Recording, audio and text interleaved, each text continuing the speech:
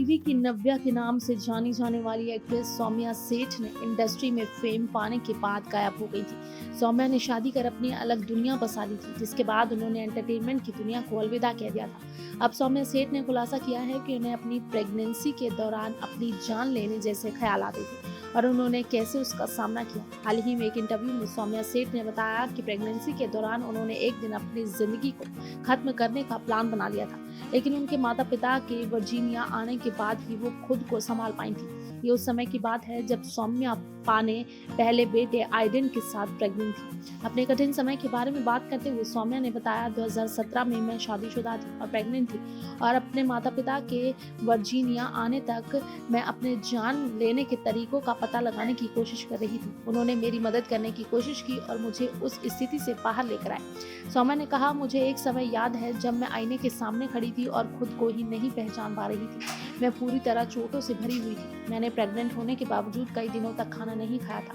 मैं कुछ दिन तक खुद को आईने में देखने की हिम्मत नहीं कर सकी थी और जब आखिरकार मैंने खुद को देखा तो मैं बस अपनी जिंदगी समाप्त कर देना चाहती थी। सौम्या का बेटा आइडन अब 3.5 साल का हो गया है। सौम्या ने बताया कि जब वो इस बुरे दौर से गुजर रही थी तब उनका ही बेटा उनके जीने का कारण बना था।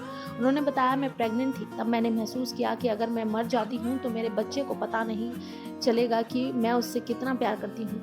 उसे जिंदगी भर माँ के बिना रहना होगा। मैं खुद को मार सकती थी लेकिन कभी अपने बच्चे को नुकसान पहुँचाने के बारे में नहीं सोच सकती थी। तो हाँ, इस तरह मेरे बेटे आइडन ने मेरी जान बचाई। सौम्या सेठ इस समय यूएसए में है। उन्होंने जून 2019 में पति से तलाक ले लिया था।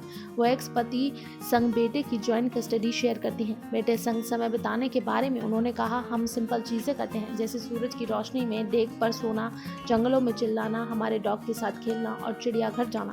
लेकिन कोविड की वजह से हम घर पर हैं। आइडन और उसके दोस्तों को पेंटिंग, साइकिलिंग और गाने गाना पसंद है।